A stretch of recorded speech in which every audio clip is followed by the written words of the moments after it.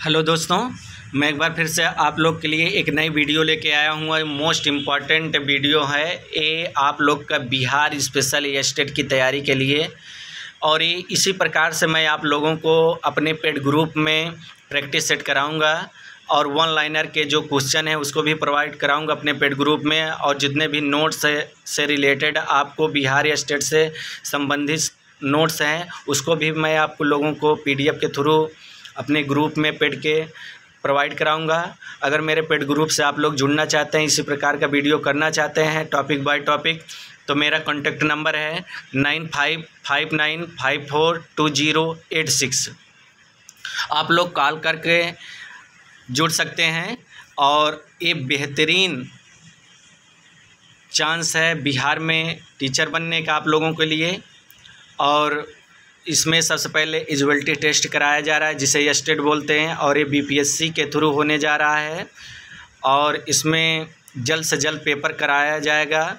और आप लोग को अपने तैयारी में बढ़ोतरी करना पड़ेगा और ज़्यादा से ज़्यादा टाइम आप लोग को पढ़ाई में देना पड़ेगा और एक बेहतरीन आप लोग टीचर बनेंगे। इसके लिए बहुत सारी शुभकामनाएं हैं अभी से। और शुरू करते हैं। आज का हमारा जो पहला क्वेश्चन है, प्रशिक्षण के दौरान थकान आने का कारण होता है। अगर हम तो इसका सही आंसर होता है ऑप्शन ए सही है, लैक्टिक एसिड। इसमें 4 ऑप्शन दिया गया है, चारों में ऑप्शन ए सही है। जो प्रशिक्षण होता है या ट्रेनिंग होता है या कोई हम वर्क करते हैं, काम करते हैं, तो उसमें हमारी जो मसल्स में लैक्टिक एसिड की जो कमी होती है, ग्लूकोज की जो कमी होती है, ATP की कमी होती है, उसी के कारण से क्या जम जाता है, लैक्टिक एसिड मसल में आता है। इसी से क्या आता है, लोगों में थकान आती है। तो दोस्तों एड्रिनल जो होता है, इसका जो बी वाला ऑप्शन है, मैं अलग से आपको चारों ऑप्शनों के बारे में बताता जाऊंगा। जो मोस्ट है एड्रिनल जो होता है किडनी के ऊपर जो होता है उसमें पाया जाता है। एड्रिनल एक ग्रंथि होती है।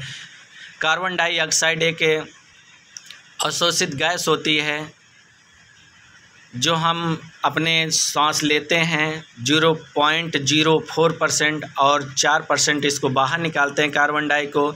pH फैक्टर क्या होता है, pH मान क्या होता है, ये सभी के बारे में है। अगला है हमारा 2 नंबर, एक प्रशिक्षित व्यक्ति में आप क्या देख सकते हैं। ऑप्शन सी है धीमी थकावट। लेकिन जो एक प्रशिक्षित खिलाड़ी होता है उसके अंदर क्या होता है, वो अगर रेगुलर अगर अच्छे से प्रशिक्षण किया और ट्रेनिंग किया और प्रशिक्षित हुआ है खिलाड़ी, तो उसके अंदर लैक्टिक एसिड जो होता है वो धीमी गति से बनता है और धीमी गति से उसके अंदर क्या आती है, थकावट आती है। ऑप्शन इसका सी सही है 2 नंबर का। अगला है हमारा 3 नंबर, प्रशिक्षण अवधि में हमारे शरीर में कौन सा अम्ल बढ़ जाता है। तो ऑप्शन बी है लैक्टिक अम्ल बढ़ जाता है। क्योंकि ट्रेनिंग का एक पीरियड होता है, अगर उसके अकॉर्डिंग से अगर आप ज़्यादा जाते हैं, अगर आप इतना रोज़ अगर 10 किलोमीटर दौड़ते हैं तो 10 किलोमीटर के प्रतिदिन दौड़ने के बाद अगर वो आपके रूटीन में आ जाता है, तो उसके अगर बाद आप दौड़ते हैं 11-12 किलोमीटर, तो आपको क्या जमने लगता है, लैक्टिक अम्ल जमने लगता है। ATP जो होती है एनर्जी केंद्र होता है। ATP जो होता है, टोटल ATP की बात करें 38 है, नहीं तो आपको 36 आता है। अगला है 4 नंबर, एक स्वस्थ व्यक्ति का समान तापमान होता है। तो ऑप्शन ए सही है 98.4 फ़ारेनहाइट। अगर कहीं कहीं पर आप लोग को क्वेश्चन दे देता 98.6 दे देता है फ़ारेनहाइट, तो ए भी ऑप्शन सही है। तो ऑप्शन इसका ए सही है। 5 नंबर है, किस व्यक्ति गतिविधि में लैक्टिक अम्ल तंत्र सक्रिय होता है। तो ऑप्शन बी है 400 मीटर। 400 मीटर जो होता है इसमें गतिविधि में क्या होता है, सक्रिय रहता है।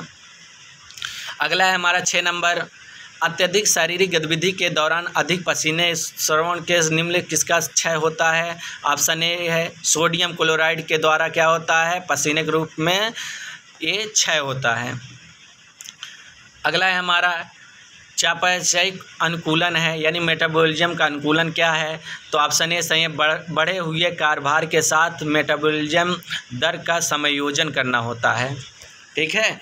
और जो मेटाबॉलिज्म की प्रोसेस होता है वो थायराइड ग्रंथि के द्वारा उसका नियंत्रण होता है। अगला है हमारा 8 नंबर,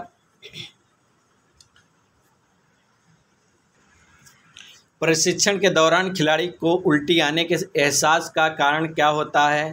तो ऑप्शन बी है लैक्टिक अम्ल का संग्रह। यानी दोस्तों जब प्रशिक्षण कोई एक अगर बच्चे को दौड़ा दिया जाए 400 मीटर दौड़ में, कोई ना प्रैक्टिस हो किसी चीज़ की, तो उसके अंदर चक्कर आना, उल्टी आना और या बेहोश हो के ग्राउंड में गिर जाता है। तो ऑप्शन 8 का आंसर क्या होगा? ऑप्शन बी सही है। 9 नंबर है शरीर के वजन के प्रत्येक किलोग्राम के लिए प्रति घंटे अपेक्षित मूल ऊर्जा लगभग कैलोरी होती है। तो ऑप्शन ए सही है, 1.3 कैलोरी होती है। लेकिन एक जो खिलाड़ी होता है उसका 1.7 तक भी काउंट किया जाता है। लेकिन एक जो प्रति घंटे यानी ये किलो प्रति घंटे हमारी जो कैलोरी की खपत होती है तो होती है 1.3 कैलोरी। मोस्ट इम्पॉर्टेंट है, इसको भी आप लोग नोट डाउन कर लीजिएगा एग्जाम के पर्पज़ से। 10 नंबर है मांसपेशियों में कौन से तत्व के पर्याप्त होने से खिलाड़ी देर तक नहीं थकता है?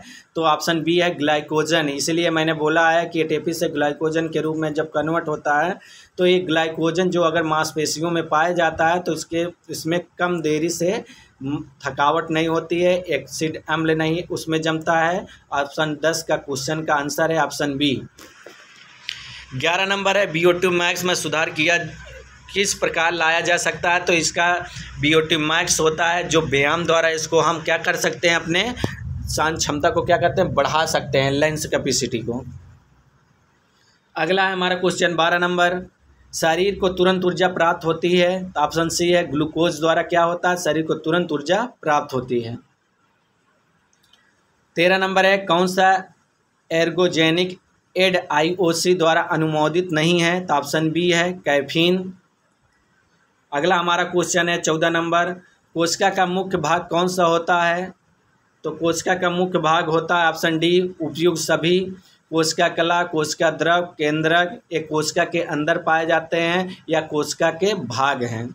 कोशिका हमारे शरीर की सबसे सूक्ष्म इकाई भी बोला जाता है।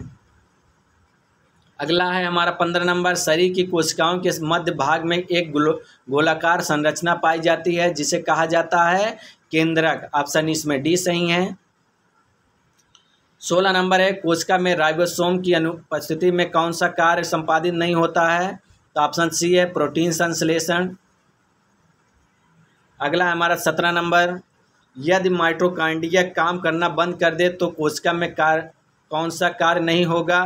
तो यह दोस्तों ऑप्शन बी सही है, भोजन का ऑक्सीकरण। यानी कि माइटोकॉन्ड्रिया में क्या होता है, ऑक्सीजन का अंत होता है, माइटोकॉन्ड्रिया में ऑक्सीजन पहुंचता है, माइटोकॉन्ड्रिया को ऊर्जा गृह कहा जाता है और इसी के कारण क्या होता है, ऑक्सीकरण यानी श्वसन का क्या करता है, विनिमय करता है, यानी अपने अंदर ऑक्सीकरण लेने के बाद ही ऊर्जा प्रदान करता है। ऑप्शन बी सही है। 18 नंबर है कोशिका को एक निश्चित रूप प्रदान करती है? तो ऑप्शन बी है कोशिका भित्ति, जो अभी आप लोग को बताए थे दोस्तों, कोशिका का ये भाग है और एक निश्चित आकार प्रदान करती है जिसे कोशिका भित्ति कहते हैं। 19 नंबर है कोशिका द्रव में उपस्थित महीन शक्ति झिल्लीदार और अनियमित नलिकाओं का घना जाल कहलाता है? तो ऑप्शन डी सही है दोस्तों, अंतर्द्रवीय जैलिका होता है। 20 नंबर का क्वेश्चन है हमारा, कोशिका में प्रोटीन संश्लेषण कहाँ होता है? तो इसका जो होता है राइबोसोम को प्रोटीन की फैक्ट्री या प्रोटीन का संश्लेषण राइबोसोम में होता है। और जो प्रोटीन को करता है ट्रिप्सिन करता है, लाइपेज कार्बोहाइड्रेट का करता है, एमाइलेज जो होता है कार्बोहाइड्रेट का करता है, लाइपेज जो होता है दोस्तों वसा का करता है। एक बार फिर से सुन लीजिए इसका संश्लेषण, प्रोटीन किसका करता है, ट्रिप्सिन करता है, परिवर्तित करता है, और वसा किस में करता है, वसा करता है लाइपेज में, और कार्बोहाइड्रेट किस में करता है, एमाइलेज में। ठीक है दोस्तों, तो इससे कोशिका में प्रोटीन संश्लेषण का जो कार्य करता है तो राइबोसोम से। अगला हमारा 21 नंबर, लाइसोसोम में पाए जाने वाला वह एंजाइम जिसमें जीवद्रव को घुला देने या नष्ट कर देने की क्षमता होती है वह कहलाता है? Option D hydrolytic enzyme. Option इसमें डी सही है दोस्तों।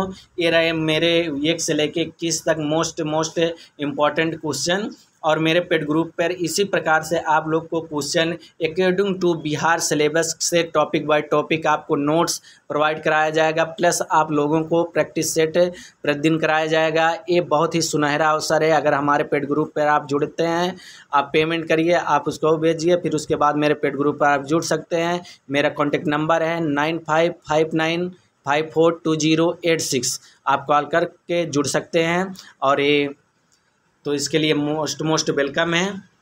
फिर अगले वीडियो में मिलते हैं।